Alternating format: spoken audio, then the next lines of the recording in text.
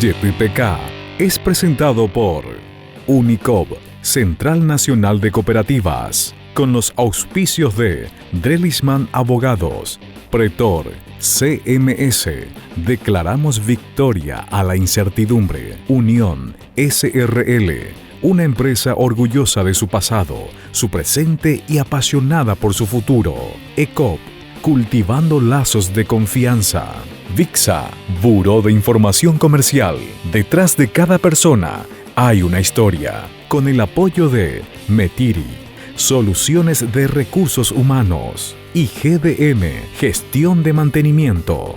Un programa de BDO, Auditores y Consultores y Capital Humano. Construimos vínculos.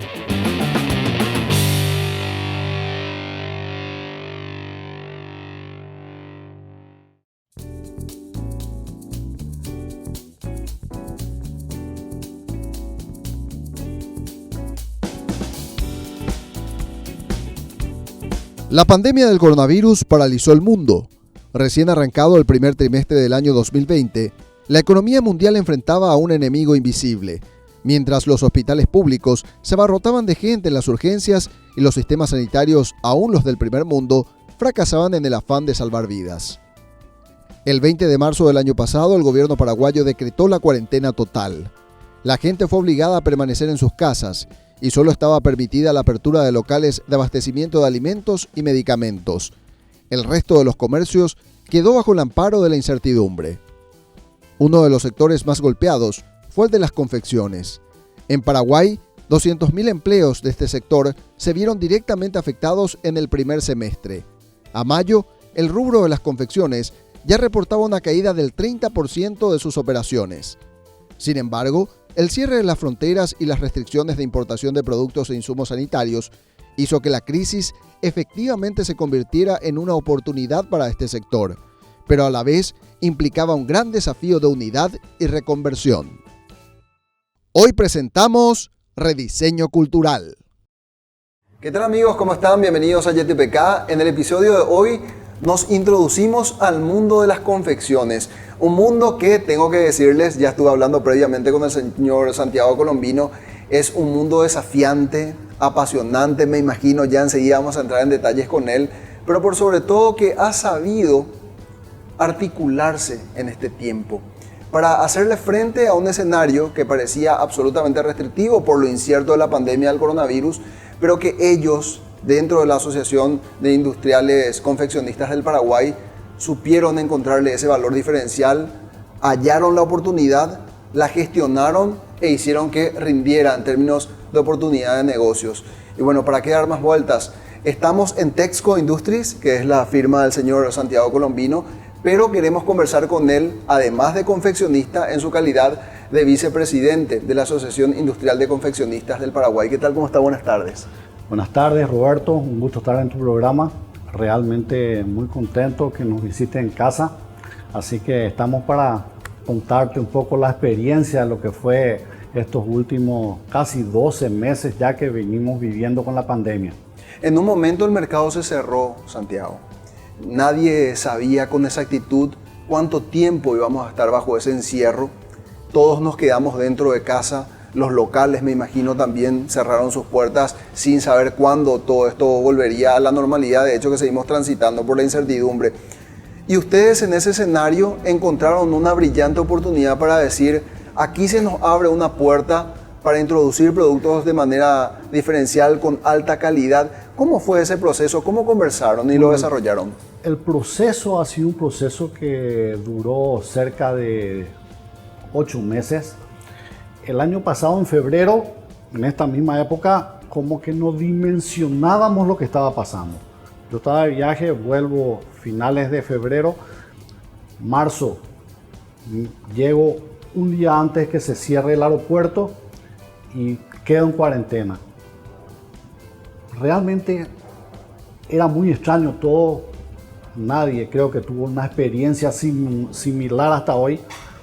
Y entonces con una de nuestras representaciones, que es una empresa alemana, comenzamos a investigar todo lo que era el no tejido que se utilizaba para todo este mundo de la del material de protección médica.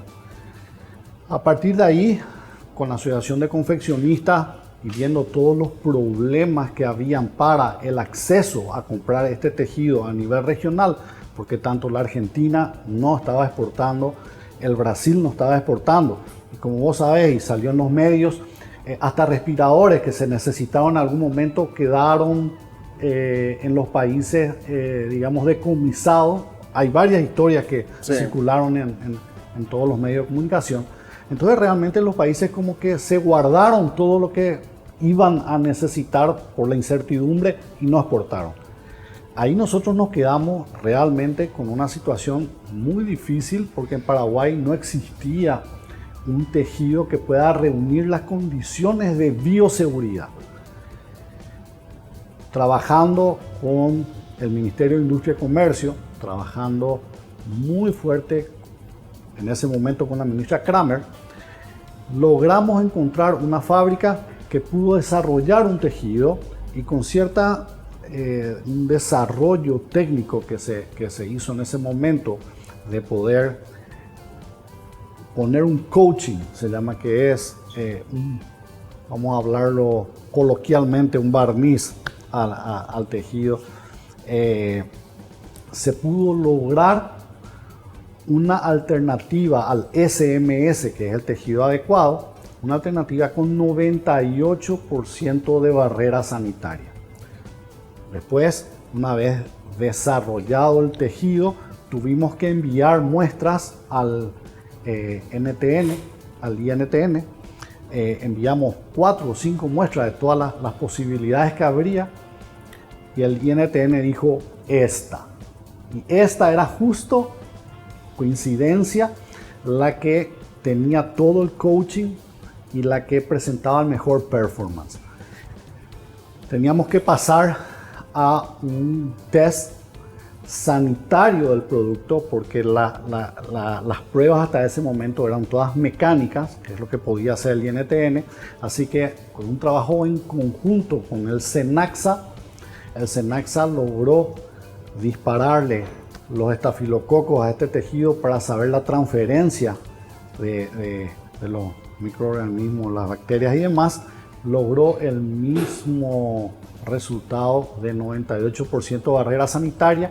A partir de ahí se nos abría un mundo porque la industria podía abastecer algo que en todos los medios de comunicación salía como un faltante endémico en los hospitales, en las UTI y en todos los lugares que se hablaban, que era la bata hospitalaria. O sea, la primera barrera superada, no teníamos la capacidad, por restricciones del mismo mercado, de poder importar ese producto. Se realiza a nivel local y supera también esos estudios de comprobación y confirmación de calidad. Así es, Roberto. Vos sabés que mandamos productos test ciegos, ¿verdad?, al INTN, lo cual, por ejemplo, el SMS que mandamos de origen chino tenía 96-94% y el nuestro tenía 98%. O sea, de mayor calidad. De mayor performance, porque de calidad quizás era, digamos, una alternativa paralela, un poco más dura, un poco menos confortable quizás, pero mayor margen de seguridad. La seguridad. Claro, o sea, finalmente eso era el objetivo, ese es el objetivo que se logró. A partir de ahí, un trabajo en la Asociación de Confeccionistas de todo el equipo y muy fuerte de nuestro presidente Diego Daud fue intentar unir la asociación todos los socios de nuestra asociación y hacer un trabajo en conjunto. Se imaginó un sistema piramidal en donde se utilizaron a las empresas que tenían experiencia en el mundo de licitaciones, algunas emblemáticas que no tenían tanta experiencia, pero eran emblemáticas, como el caso de Fénix, Sociedad Anónima, por ejemplo, Martel, que es una empresa con muchísimos años dentro del mercado paraguayo. Y así estuvo Maestro y estuvieron las empresas que usualmente están trabajando en el mercado de licitaciones. Todas ellas se pusieron como línea 1 y a través de la línea 1 vinieron la línea 2, que fabricaba un producto y le entregaba el producto terminado, y la línea 3 que vendía solamente mano de obra. De esta forma pudimos, de una forma piramidal, pudimos llegar a talleres del interior del país que cuando puedas mostrar el video que vamos a proveerte, llegamos a Horqueta, llegamos a Yaguarón, llegamos a Ciudad del Este, Encarnación, muchísimas personas que con 3 o 4 máquinas en un ambiente no muy, digamos, industrial, pusieron piso, pusieron aire acondicionado, se pusieron ellos todos los materiales de seguridad y realmente convirtieron una pieza, un living, en una unidad para fabricar estos productos con todos los estándares necesarios. Se habló de un manual de buenas prácticas, la asociación trabajó en este protocolo, se hicieron cientos de webinars tratando de enseñar y educar cómo hacerlo.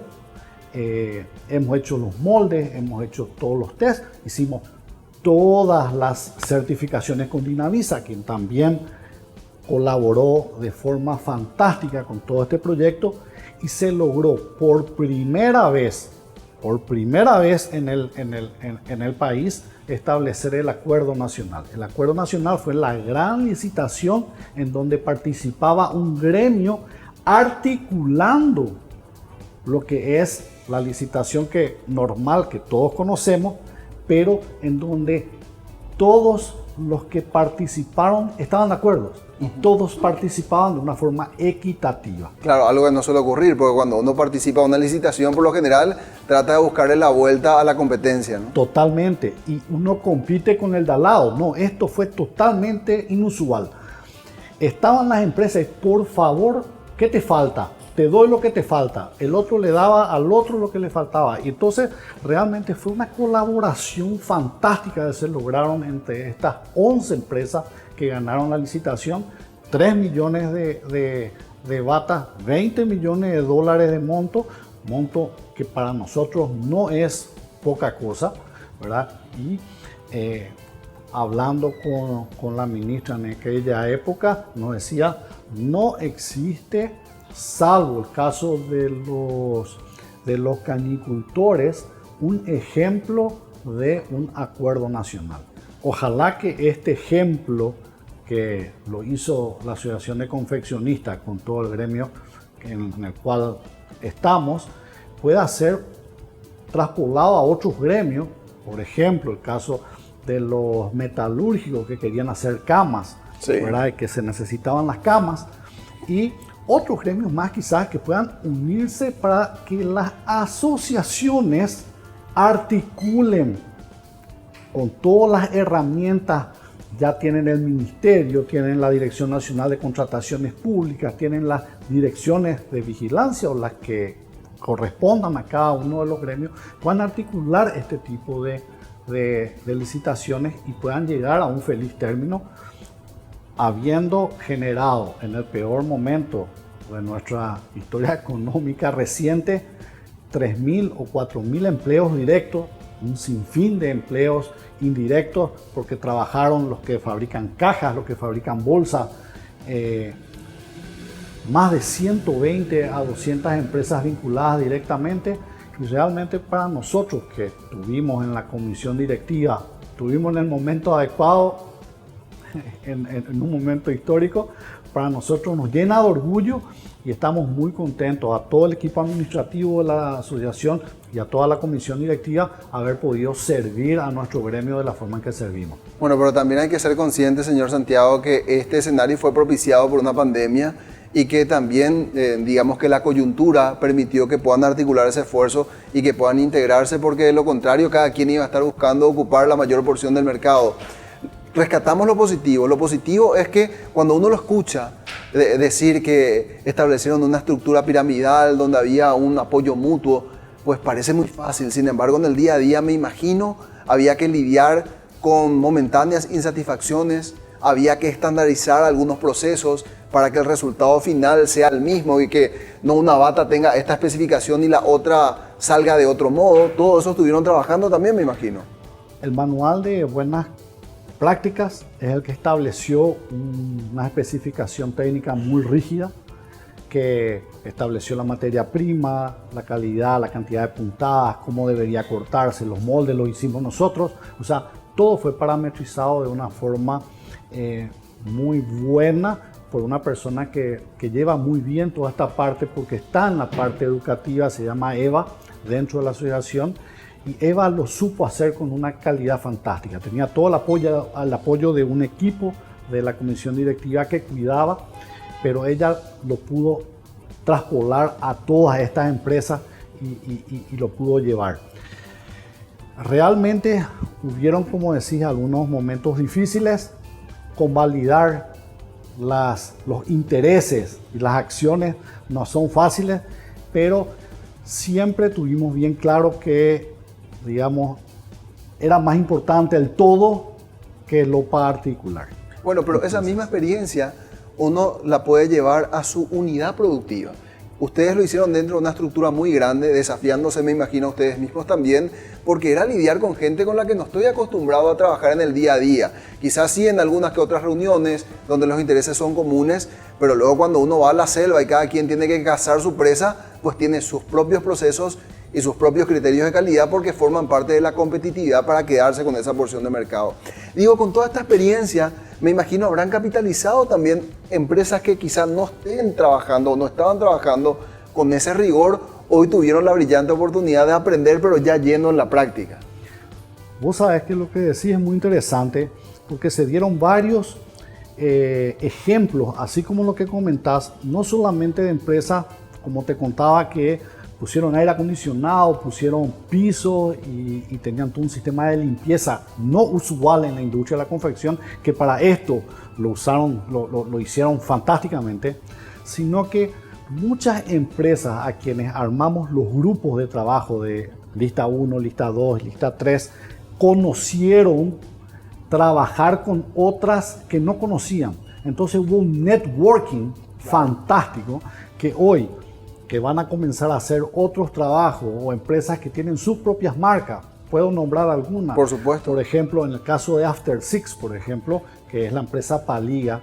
La empresa Paliga S.A. Conocía 10 talleres que le fabricaban, aparte de sus propias capacidades industriales, también algo de confecciones. Hoy ellos tienen creo que 20 o 30 talleres que conocieron a través del Acuerdo Nacional en donde pueden llegar a las calidades que ellos quieren con gente que ellos hasta ese momento era desconocida. Entonces, y también hasta un precio más competitivo quizá dentro de esa dinámica. Sí. Por supuesto, la dinámica, la competitividad hace que claro. mejoren los precios, mejore la calidad y básicamente sea todo mucho más proactivo. El networking que se hizo fue fantástico. Y esta es una historia de éxito que ojalá, como te digo, pueda cambiar un poco y de a poco, por lo menos, la historia de las licitaciones en Paraguay, que tan controvertida y tanta opinión se crea a través de toda la parte mediática, pero finalmente este fue un ejemplo en donde se pudo hacer con transparencia, que la palabra transparencia es fundamental, sí, en este tema en particular, y se logró la palabra inclusión, porque los talleres más pequeños han podido ingresar a este sistema de trabajo y no fue guardado solamente para los grandes o para los medios. Que es como suele ocurrir. La palabra inclusión, la palabra transparencia fueron dos palabras que se unieron para este proyecto y realmente quedamos nosotros muy satisfechos. Y para nosotros también como programa es bastante gratificante poder recoger estos testimonios de éxito y principalmente, señor Santiago, que esto pueda capitalizarse y perdurar. Ya de manera independiente quizá, pero la semilla tuvo que haber prendido en cada una de estas corporaciones que se sumaron a este desafío. Y a propósito, a la vuelta de la pausa, quiero conversar con usted acerca de esos grandes desafíos que la industria de la confección del Paraguay debe enfrentar para resultar más competitivo, no solamente en el mercado local, digo por cada industria parte o cada local parte, sino pensando en ese mercado exterior, donde a veces uno se encuentra con una marea impresionante de productos de origen asiático, por ejemplo, que tiene que enfrentar y que por lo general está muy por debajo de un costo operativo habitual. Así que vamos a hablar de esos grandes desafíos para la industria de la confección enseguida al regresar de la pausa.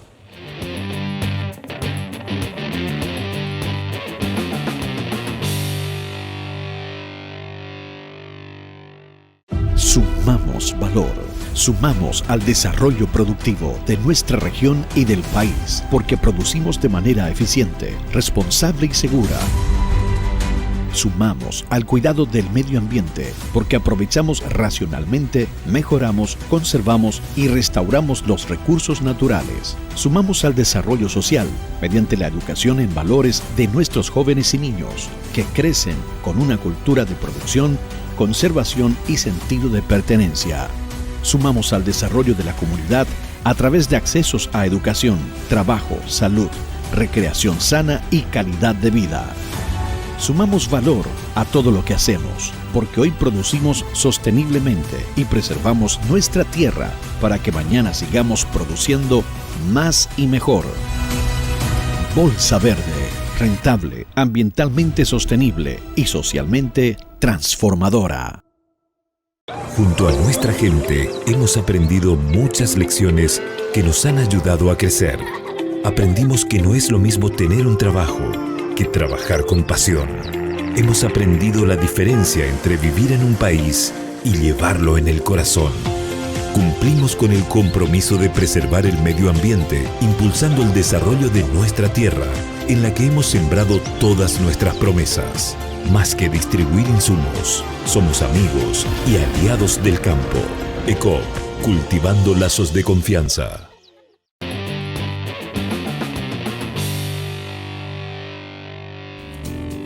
Seguimos en YTPK hablando de la experiencia de la Asociación Industrial de Confeccionistas del Paraguay, realmente un testimonio de éxito a lo largo de esta pandemia. Y ahora queremos abordar en este bloque, señor Santiago, lo que es el gran desafío por el que están atravesando actualmente y por aquello que quieran conquistar de aquí en adelante. Si nos puede compartir, por favor. Bueno, la industria de Sudamérica va a circular en los próximos años un desafío muy grande, que es ayornarse a los requerimientos y protocolos para un tratado de libre comercio con Europa. Es un tratado muy anhelado por el Mercosur.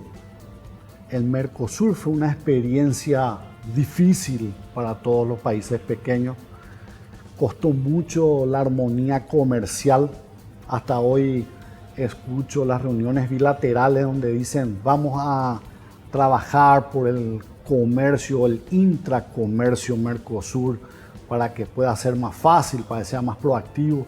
Pero realmente estamos llenos de problemas endémicos, licencias de importación entre nuestros países, CIMI, que es un sistema que tiene la Argentina para controlar un poco la parte de importaciones. Entonces realmente el Mercosur, como que nosotros mismos nos hemos dado cuenta que hemos tenido que poner un paño frío y tendríamos que eventualmente buscar nuevos desafíos. Hace no más de 30 días hubo una reunión en todos los presidentes de las asociaciones de confeccionistas de Sudamérica. Estuvimos presentes con el presidente de nuestro gremio, en el cual Brasil, que digamos es un poco el que siempre impulsó, ¿verdad? En tiempo el Tratado de Libre Comercio con Europa, y Argentina puso un poco de paño frío durante mucha época del kirchnerismo, es el que también ahora está interesado, y la Argentina hoy demuestra un interés, por lo cual si llega a consolidarse, las voluntades políticas van a estar alineadas como para poder hacerlo. Soñar con vender a Europa confecciones es alinear nuestras industrias a lo que se llama industria 4.0. 4.0 tiene un sinfín de prerrogativas. No sé si escuchaste alguna vez hablar sobre la tercera ola, que es un libro muy conocido, donde se explica, dice que el gran desafío o el analfabeto del siglo XXI es el que no tiene la capacidad de olvidar lo aprendido y aprender de nuevo. Claro, el reaprender. El reaprender, reescribir lo que nosotros sabemos. Paraguay, el uso del agua, el manejo de los efluentes, tiene que ver directamente con nuestra industria y en todo sentido. Fabricar una tela hoy se establece cuántos litros de agua se utilizó para esa fabricación. Un denim que lava con X cantidad de agua, hoy en día se trata de lavar con burbujas. Entonces, disminuyendo la cantidad de agua por prenda. El agua cotiza en bolsa, factor muy diferente hace muchos años. Sí. Entonces, hoy tenemos un desafío, nosotros que tenemos este recurso, un desafío enorme de poner a nuestras industrias dentro del plano de lo que podría ser nuestra oferta exportable cuando se abra el mercado europeo. A partir de ahí tenemos un trabajo enorme que es, aparte de la infraestructura, que finalmente la infraestructura se compra, Sí. ¿verdad? Acceso a crédito, te pueden dar la apertura de comprar tecnología, establecer estructuras mejores, pero lo que no se compra, lo que se entrena y lo que se enseña es la parte cultural. Exacto. Entonces Un cambio nosotros de hábito.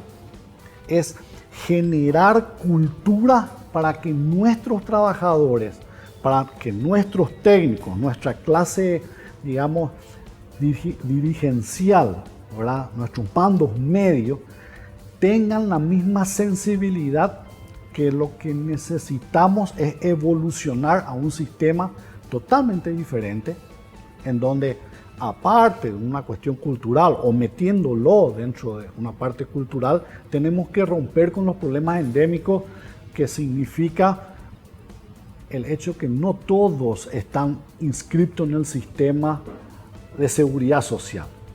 Entonces, tenemos un gran desafío. El desafío desde la asociación es concientizar, educar, llevar y mostrar un futuro que se viene, que podemos aprovecharlo de forma excelente, ¿verdad? Como han aprovechado el grupo que exporta carne, por ejemplo, que se han subido a tecnología y a un sinfín de herramientas que les lleva hoy a estar a niveles de facturación muy importantes en ese rubro. Pero es un trabajo cultural que vienen haciendo hace mucho tiempo. Hoy a nosotros nos toca comenzar a circular este desafío, que es un desafío de todos los que estamos dentro, de entenderlo primero para poder planificar un camino. Es el trabajo que va a tener nuestra próxima comisión directiva dentro de la asociación y básicamente espero que el gremio en sí, en su todo, se suba a este tren que va a pasar indefectiblemente por el Mercosur y que ojalá no seamos nosotros los que no nos subamos y se suban países que están 3, 4 pasos por encima que nosotros, ¿verdad? Y nosotros no nos podamos subir y perdamos la oportunidad, porque realmente puede cambiar la historia de la confección en Paraguay. Y más aún porque me decía antes de grabar, en términos comparativos, quizá la industria de la confección paraguaya, digo, no resulte tan competitiva en lo que es a la región, y también esto que usted mencionaba muy bien, de algunas decisiones más bien políticas más que de mercado que se fueron adoptando y que van acotando y achicando las oportunidades de negocio. Y también mencionaba yo en el bloque anterior la invasión de los productos chinos, que me imagino a ustedes, a los industriales de la confección, les provoca un dolor de cabeza y dicen, bueno, estos vienen a permear el mercado y no con una estrategia real de competitividad. ¿Cómo están también gestionando todo eso? Bueno, la Asociación de Confeccionistas durante toda su historia siempre ha tenido una posición muy crítica con respecto a los productos de Oriente. Los productos de Oriente caen a un mercado y compiten con la producción local, no solamente con el bajo precio de origen que viene, sino que con todas las herramientas que tienen para ingresar de forma más económica. Se puede sobreentender lo que quiero decir. Entonces, todas esas herramientas, digamos, hacen que el producto sea muy competitivo a nivel local y que nuestros socios, nuestros colegas tengan que fabricar de una forma muy económica, con mucha competitividad para que su producto compita dentro del mercado. Tenemos casos de éxito que han logrado hacer esto. La pandemia, por ejemplo, con todo lo que significó, digamos, el poco tránsito de bienes y servicios que hubo en el mundo, atrasó las entregas, atrasó las llegadas de mercadería y bueno, compensó un poco, digamos, las pérdidas que habían en el caso de los negocios cerrados durante mucho tiempo.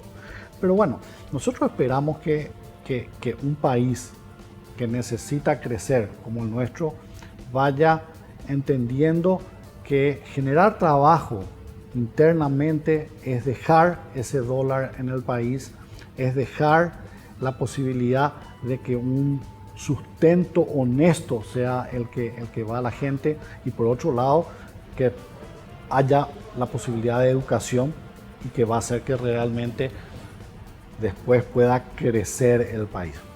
Finalmente, este es, digamos, nuestro anhelo. Tenemos la gran posibilidad a puerta de 1 o 2 años. Yo no creo que haya más tiempo que vaya a transcurrir sin este Tratado de Libre Comercio. Entonces, realmente tenemos un desafío enorme. El desafío está abierto. Muchísimas gracias por su tiempo, señor Santiago Colombino. Muchas gracias a vos por la visita y estamos aquí para lo que necesite. Bueno, gracias por abrir las puertas de su empresa también para hablar de la Asociación Industrial de Confeccionistas del Paraguay. Y ya lo dijo el señor Santiago, el desafío está plantado de aquí a poco. Un mercado paraguayo de la confección que tendrá que prepararse para resultar competitivo y ganarse un cupo importante, probablemente en el mercado europeo, porque está allí a la vuelta de la esquina.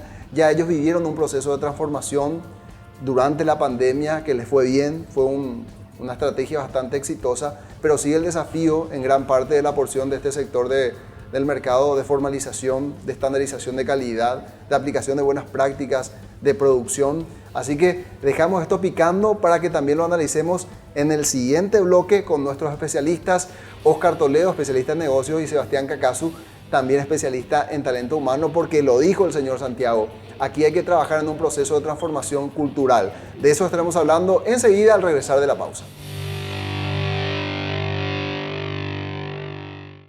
Detrás de cada persona hay una historia verdadera. Y es por eso que en Pixa ofrecemos servicios innovadores, ágiles y flexibles para optimizar el retorno financiero de nuestros clientes y así valorizar la inclusión de las personas en la economía formal para generar mejores negocios con buenas historias. Pixa, Buró de Información Comercial. Detrás de cada persona hay una historia.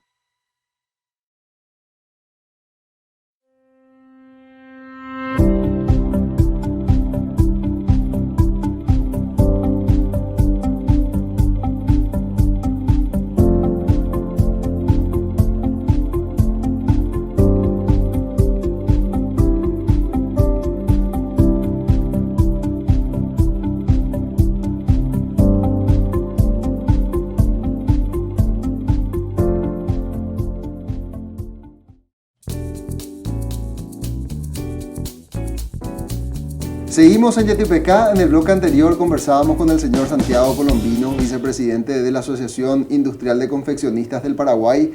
Una historia de reconversión, de estrategia para dar funcionalidad a un grupo que tuvo que pasar de la competencia al trabajo mancomunado. Y tuvieron que hacerlo, como bien él lo explicaba, con una estructura piramidal donde las empresas más pequeñas fueron ocupando espacios estratégicos conforme a sus oportunidades o posibilidades reales de cumplir lo que se había asignado en un manual de operaciones. Es básicamente aprender a convivir con el enemigo, entre comillas, con quien hasta hace poco era mi convivencia, mi competencia, se convirtió en convivencia con un propósito de satisfacción de un mercado que estaba requiriendo de productos que antes incluso no estaban preparando ni fabricando en el volumen que hoy estaba siendo requerido. Estamos hablando en un contexto de pandemia y de reconversión. Y allí Óscar Toledo, que es especialista en negocios, y por supuesto Sebastián Cacasu, que maneja la parte de cambio de cultura y gestión de talento humano, van a saber dar mayores precisiones respecto al fenómeno que representó esto para un rubro de nuestra economía.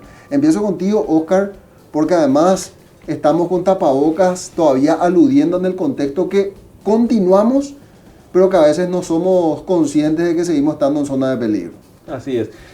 Bueno, realmente de vuelta a nuestro programa hace honor al YTPK, ¿verdad? Porque encontrar nutrientes en un rubro que realmente fue, por decir así, con el gastronómico capaz seguramente son los rubros más golpeados, ¿verdad?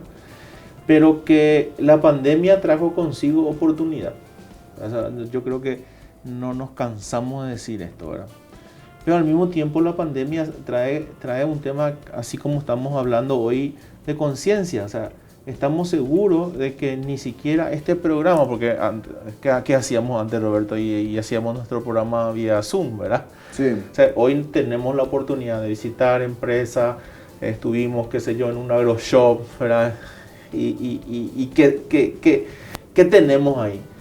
Los negocios tienen que seguir continuando. Pero para que los negocios continúen, yo creo que algo que tenemos que seguir haciendo es convivir, saber convivir con la pandemia. Hasta tanto, básicamente, llegue la vacuna haga su efecto.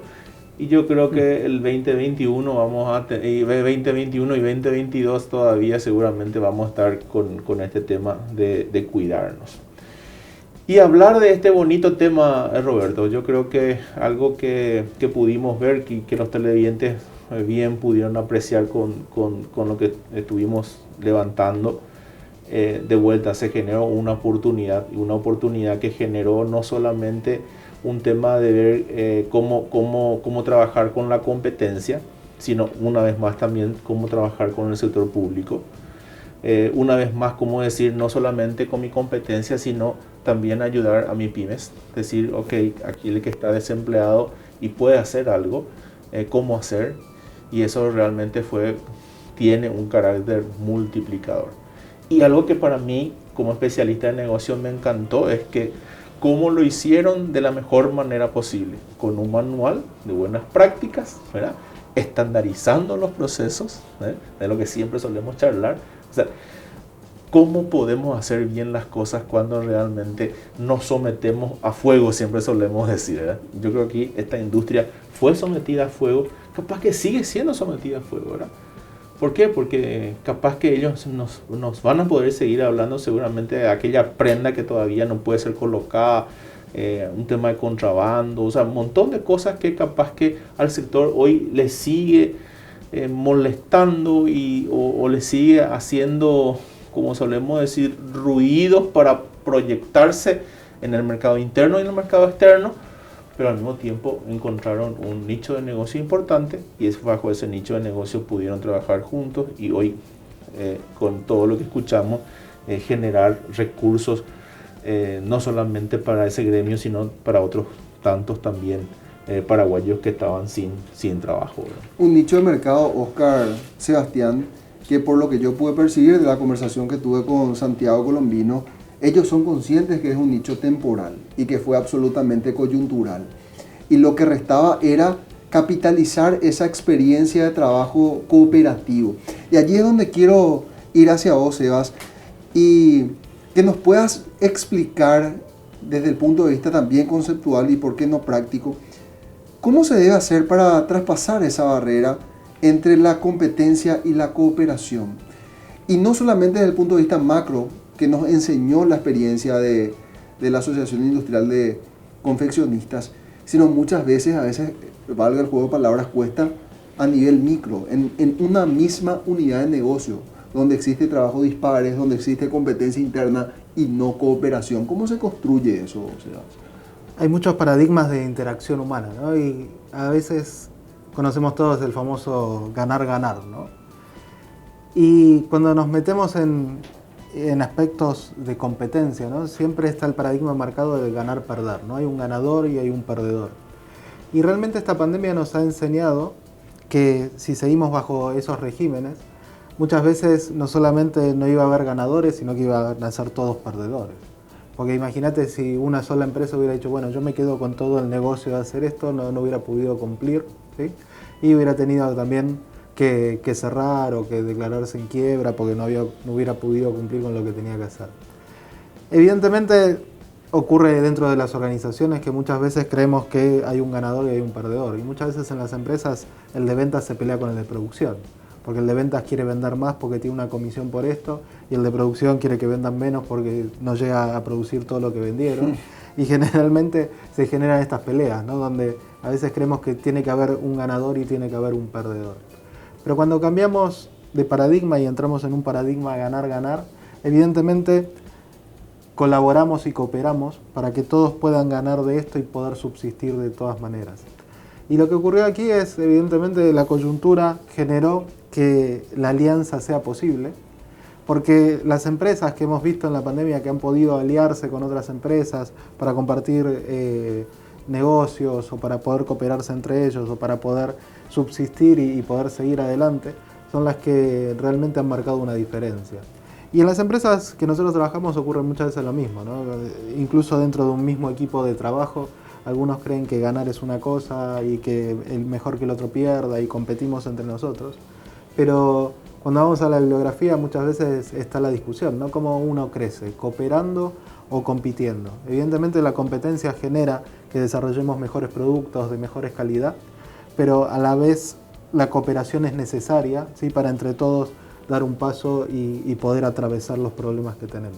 Ya vamos a entrar también con los aspectos que siempre se deben ponderar para poder lograr una cooperación, porque si bien es cierto, el dinero estaba a la vista, el mercado había abierto esa probabilidad porque las fronteras se cerraron, ni siquiera se podía importar insumos básicos, le pudieron haber sacado ventaja de esa situación, pero también hubo un trabajo interno, un trabajo doméstico entre partes que se tuvo que solidificar para que eso se materialice. Y allí quiero volver, Oscar, contigo a la parte procesual, porque nos decía el señor Santiago Colombino, nosotros tuvimos que hacer ese manual. Y parece muy de laboratorio cuando uno lo alude de esa manera. Y vos como especialista de negocios, quiero que nos bajes a la realidad. Cuando uno hace un manual o cuando uno establece un mapa de cómo trabajar, ¿cuáles son los aspectos indispensables? El famoso ¿por dónde hay que empezar? Siempre solemos decir, Roberto, que algo que lastimosamente sufre nuestra industria cuando va a salir afuera es un tema de calidad, ¿verdad? Y dimos varias veces el ejemplo, ¿verdad? O sea, soy muy bueno sacando el prototipo. Ahora me piden 150 del mismo producto y 130 son diferentes. Entonces, ¿por qué? Porque básicamente no tengo padronizado, visto por ejemplo ellos desde el molde padronizado, ¿verdad? No solamente un manual, sino el molde, la prenda, es decir, desde incluso el trabajo de la materia prima, cómo voy a cortar, cómo voy a coser, cómo voy a tratar esa materia prima. Es decir, por dónde tenemos que arrancar y solemos indicar eso a nuestros clientes. Primero por madurar aquellos procesos que decimos nosotros son tan obvios, ¿verdad? O sea, no sabemos que cómo se corta, ¿verdad? Pero sabemos que uno tiene un corte diferente, ¿verdad? Entonces generar una matriz de corte, generar una matriz de definiciones incluso, ¿verdad? De medidas, definiciones en cuanto a qué actividad viene después de esta, cuál es mi cliente interno, o sea, cuál es mi proveedor interno, o sea, a quién tengo que rendir cuenta. Yo creo que esa es la parte fundamental dentro de cada proceso y al ABC que solemos decir, ¿verdad? Todo ciclo se genera con una buena planificación, ¿verdad? Con un excelente ejecutar. Tengo que verificar lo planeado entre lo ejecutado y por sobre todas las cosas tengo que buscar mi mejora continua, ¿verdad? El gap que existe entre lo verificado, tengo que necesariamente encontrar qué cosas tengo que mejorar, ¿verdad? Y esos son los aspectos ese ciclo de gestión que siempre solemos conversar con nuestros clientes, con nuestros televidentes también, ¿verdad? O sea, eso incluso es como para que podamos llevar en nuestra vida cotidiana incluso, ¿verdad? Vamos a hacer ahora una pausa, Sebas, y luego quiero continuar lo que te decía antes, el aspecto de la cooperación, pero desde el punto de vista también de identificación bien de los roles, y también saber encontrar el límite como para que, si me excedo, no termine entorpeciendo los procesos de que me habla Oscar, o quizá en ese momento de la negociación, cuando no establezco bien el rol, termine insatisfecho innecesariamente. Pero eso vamos a hablar después de la pausa, y también de lo que mencionaba Oscar. Ahora el gran desafío que tiene el sector confeccionista es conquistar el mercado europeo. Y para ello habló el propio Santiago Colombino, la necesidad de establecer un cambio de cultura. De eso estaremos hablando enseguida al regresar de la pausa.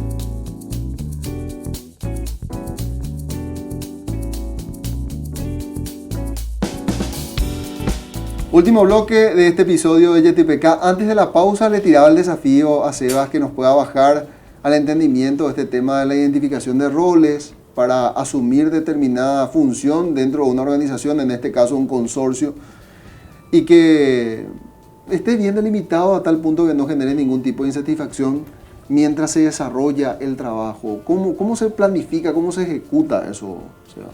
Mira, y te lo relaciono con tu pregunta anterior, ¿no? Porque al principio de la pandemia decíamos esta historia de que estamos todos arriba de un barco y este barco está lleno de agujeritos, y que evidentemente los que estamos arriba del barco, si no nos queríamos hundir todos juntos, teníamos que empezar a remar de la mano para llegar todos al mismo lugar.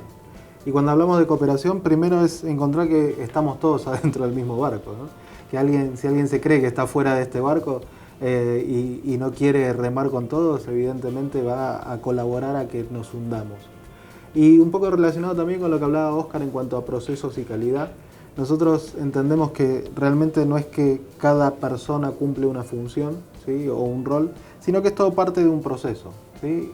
Y si alguien falla en el proceso, evidentemente la calidad al final va a terminar desgastándose. Y la calidad en algunos puntos iniciales de lo que era el control de calidad era una persona que se encargaba de medir si realmente los productos estaban buenos o malos, ¿no?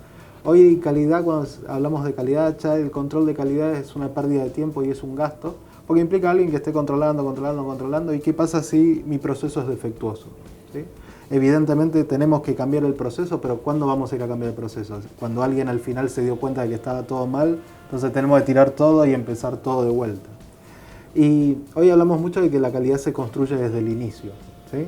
Y tenemos que asegurarnos que el proceso sea correcto para que al final del proceso la calidad sea la correcta. Y empezar a entender que cada integrante de este proceso cumple un rol fundamental y hablar del cliente interno, ¿sí? Porque yo como dueño de este proceso y como parte fundamental en mi rol, le tengo que entregar al que me sigue en la posta, ¿sí? Y ese tiene que recibir el trabajo en las condiciones correctas y con la calidad adecuada.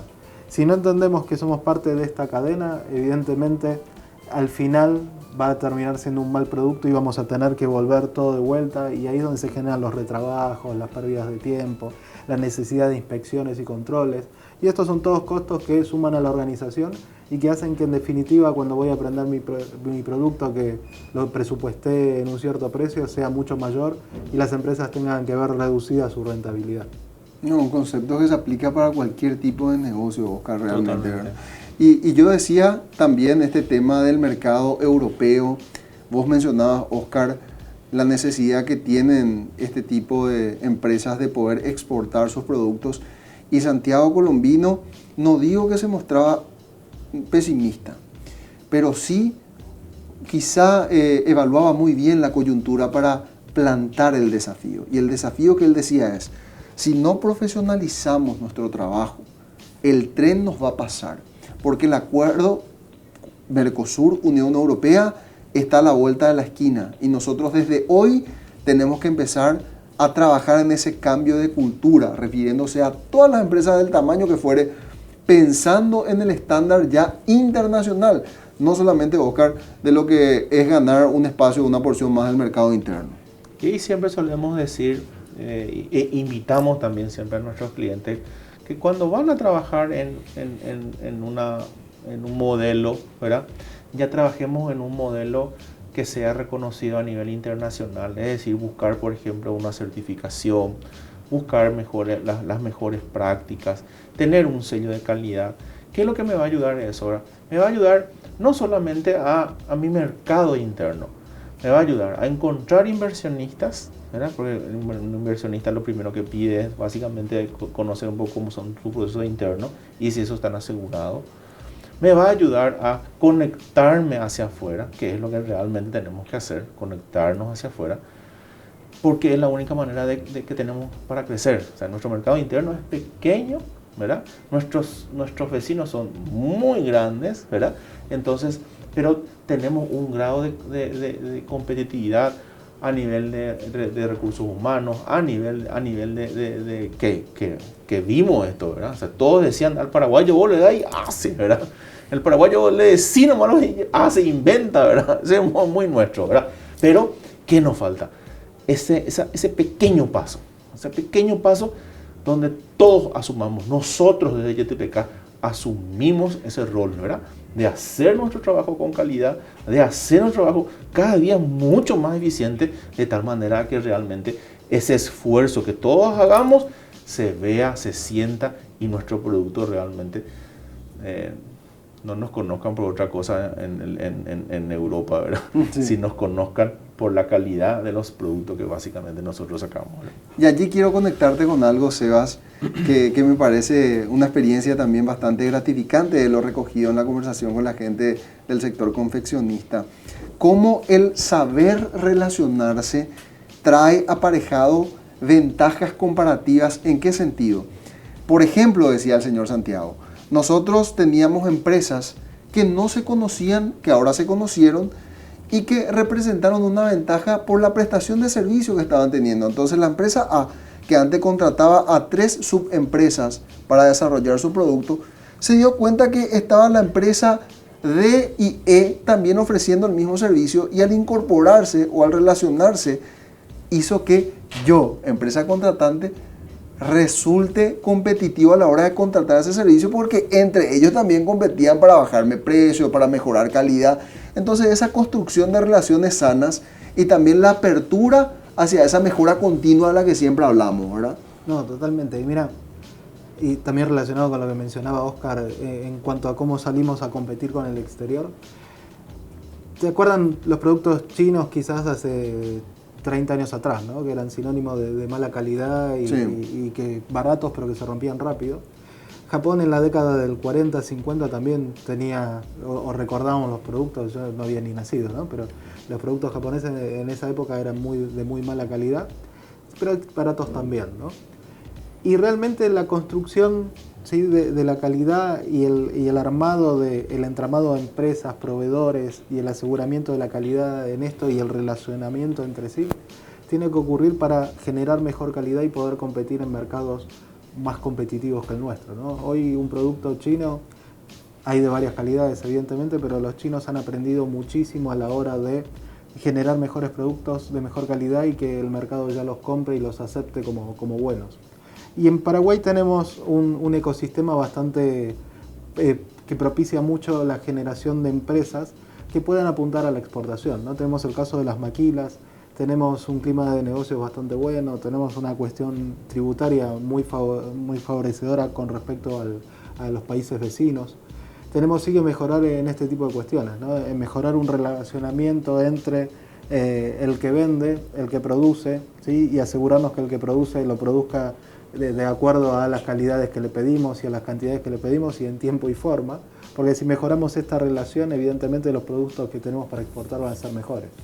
Y ahí necesitamos muchas veces volumen, ¿sí? Porque tenemos mercados como el europeo, como el asiático, que exigen como volúmenes grandes, pero también de altísima calidad. Y si logramos cumplir esos requisitos, como los ha logrado Japón en la década del 50, como lo ha logrado China en estos últimos 20 años, tenemos en Paraguay la gran oportunidad de convertirnos en un hub importante, no solamente para la región, sino para todo el mundo.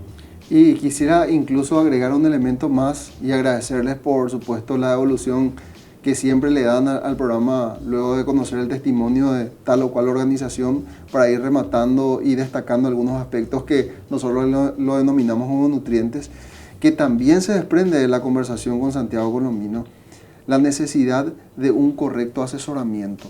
De aquí en adelante, muchas empresas van a necesitar, por ejemplo, la asesoría de una consultora como BDO para planificar sus procesos y formalizarse, y también una asesoría de un coach ejecutivo o de capital humano para que sepan cómo tratar con la gente en ese cambio de cultura, que sin lugar a dudas será un requisito indispensable de aquí a poco, no solamente para conquistar el mercado exterior, sino para mejorar el desempeño en el mercado doméstico. Y ese es el desafío que siempre insistimos, se debe incorporar y adaptar en el mercado paraguayo con una mirada profunda hacia el exterior, y es nuestro lema aquí en YTPK. Así que les agradecemos a ustedes por la atención y preferencia. Nos reencontraremos el próximo fin de semana en un nuevo episodio de YTPK. Será hasta entonces. YTPK fue presentado por Unicov, Central Nacional de Cooperativas, con los auspicios de Drelisman Abogados, Pretor, CMS, Declaramos Victoria a la Incertidumbre, Unión, SRL, una empresa orgullosa de su pasado, su presente y apasionada por su futuro. ECOP, cultivando lazos de confianza. VIXA, Buró de Información Comercial. Detrás de cada persona hay una historia. Con el apoyo de Metiri, Soluciones de Recursos Humanos. Y GDM, Gestión de Mantenimiento. Un programa de BDO, Auditores y Consultores y Capital Humano. Construimos vínculos.